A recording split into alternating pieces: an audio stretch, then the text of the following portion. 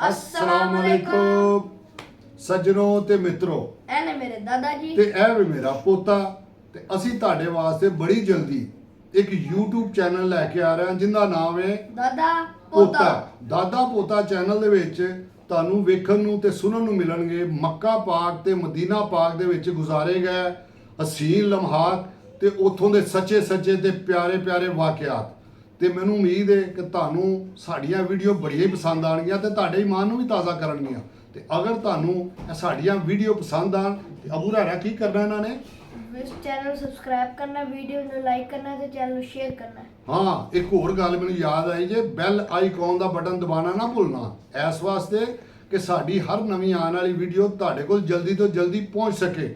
ਤੇ ਤੁਹਾਡੀਆਂ ਦੁਆਵਾਂ ਦੇ ਤਲਬਗਾਰ ਦਾਦਾ ਪੋਤਾ। ਅੱਲਾਹ ਪਾਕ ਤੁਹਾਨੂੰ ਤੇ ਤੁਹਾਡੇ ਸਾਰੇ ਘਰ ਵਾਲਿਆਂ ਨੂੰ ਆਪਣੀ ਹਿਫਜ਼ੋ ਮਾਨ ਵਿੱਚ ਰੱਖੇ ਤੇ ਸਿਹਤ ਵਾਲੀ ਤੇ ਤੰਦਰੁਸਤੀ ਵਾਲੀ ਲੰਬੀ ਜ਼ਿੰਦਗੀ ਦੇਵੇ। ਆਮੀਨ। ਆਮੀਨ।